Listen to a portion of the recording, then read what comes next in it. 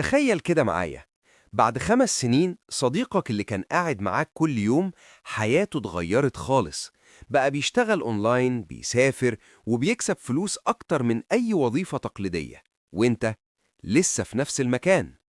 السؤال مش هو أذكى منك، السؤال الصح ايه المهارة اللي هو اتعلمها وانت لسه ما اتعلمتهاش؟ في الفيديو ده هقولك على أقوى 5 مجالات دلوقتي، مجالات أي حد يقدر يبدأ فيها من الصفر. وكمان هقولك مميزات وعيوب كل مجال وإزاي تبدأ فيه من دلوقتي. المجال الأول، الذكاء الاصطناعي. زمان الذكاء الاصطناعي كان حاجة من الأفلام، دلوقتي بقى يكتب مقالات، يصمم صور، ويعمل فيديوهات لوحده.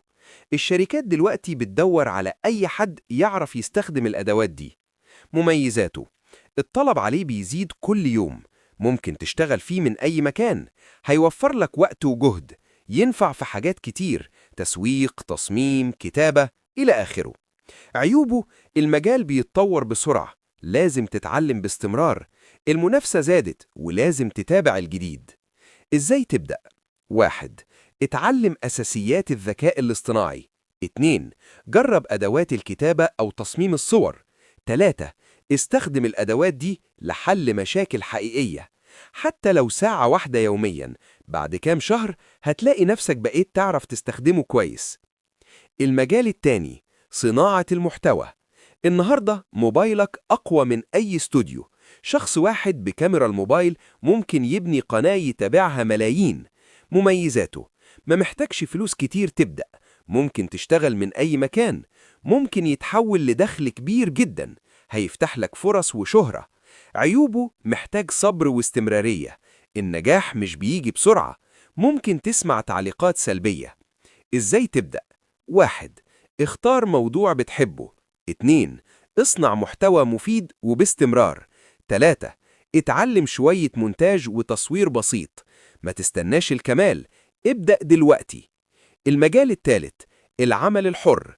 زمان الشغل كان مكتب ومدير وساعات محددة، دلوقتي ممكن تشتغل مع شركات بره بلدك وانت في بيتك. مميزاته، حرية المكان والوقت، دخل كويس لو اشتغلت بجد، تتعامل مع عملاء من كل العالم، مش محتاج شهادة جامعية. عيوبه، الدخل ممكن يكون مش ثابت في البداية، لازم تسوق لنفسك، محتاج صبر لبناء سمعة. إزاي تبدأ؟ 1. اختار مهارة واحدة، تصميم، مونتاج، ترجمة، برمجة. 2. اتعلمها كويس. 3. افتح حساب على منصات العمل الحر وابدأ مشاريع صغيرة. المجال الرابع، التجارة الإلكترونية. الناس النهاردة بتشتري كل حاجة أونلاين، ده خلى التجارة الإلكترونية تكسب بسرعة.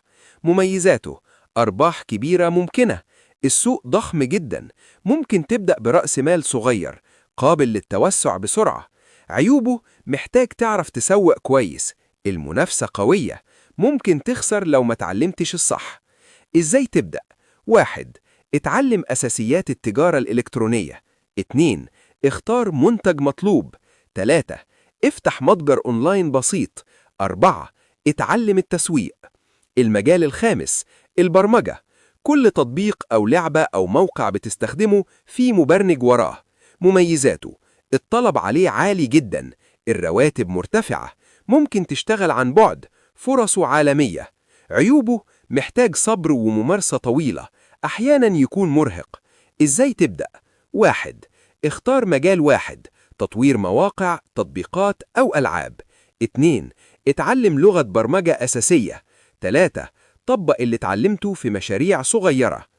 الفرق بين الناجح واللي لسه مش ناجح مش في الذكاء، الفرق في القرار. اختار مجال واحد وابدأ فيه دلوقتي، اتعلمه بجدية لمدة سنة، وساعتها حياتك هتتغير خالص.